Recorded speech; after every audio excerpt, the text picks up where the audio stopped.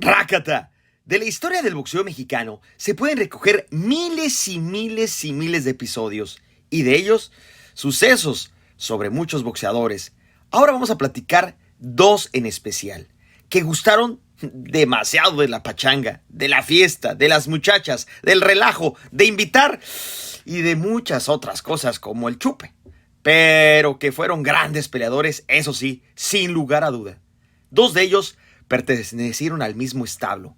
Hay que destacar que en el argot boxístico la palabra establo se permite mucho, porque al principio del boxeo entrenaban precisamente al lado de las vacas. De ahí viene la pelea de Rocky Marciano, que iba a pelear precisamente con Apollo Creed, y él se entrenaba en las vacas porque trabajaba en un rastro. De esa idea sacó Sylvester Stallone precisamente de que antes, muy cerca de las vacas, tanto en los rastros como en los mismos establos, se entrenaba boxeo.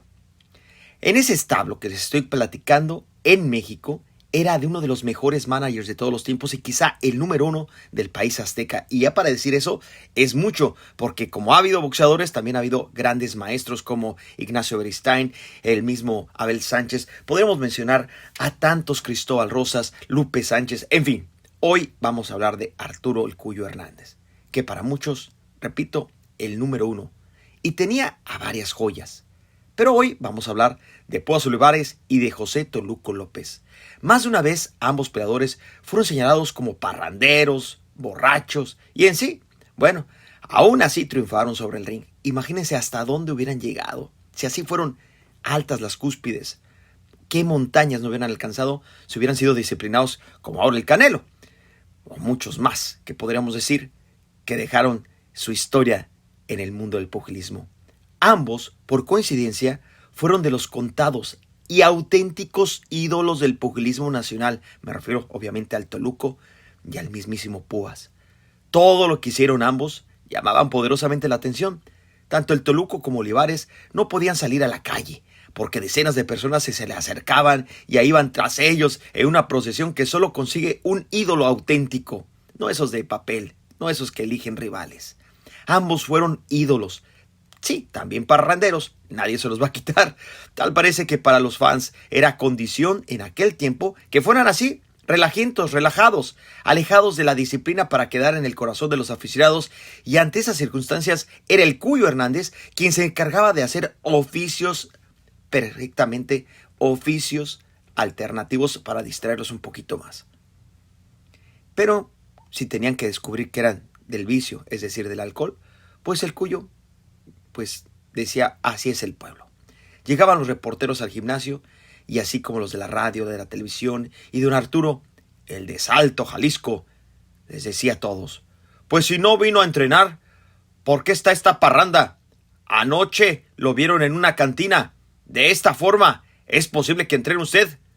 Lo mismo le decía al Púas que del Toluco, en una diferencia de varios años entre la carrera de uno y de otro. El público siempre decía de ellos que era un par de briagos y que el Cuyo lo había hecho oficial. El que se confirmara que eran dos parranderos los consolidaba aún más con los aficionados. Qué increíble que así llegaban tan alto a disputar grandes peleas. No siempre fue verdad.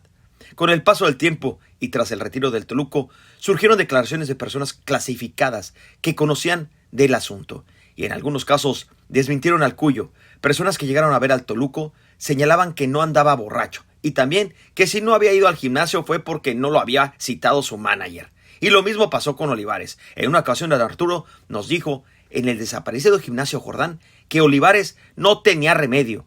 Ayer estaba borracho, por eso no vino, él decía. Como que convencía a los reporteros de aquel tiempo. Y también tenía que dejar en la colonia Bondojito, al norte de la ciudad. Llegando a la casa Olivares, situada muy cerca de la avenida Robles Domínguez, ahí estaba un Rubén, en su pleno juicio, con su hijo Obed al lado. Y concedió, quizá, varias entrevistas.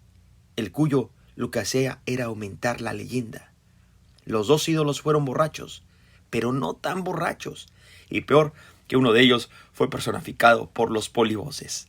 Rakata Time en el más impactante de los deportes. Soy Halim Sadat, Dios gracias a ustedes a mí. Yo regreso.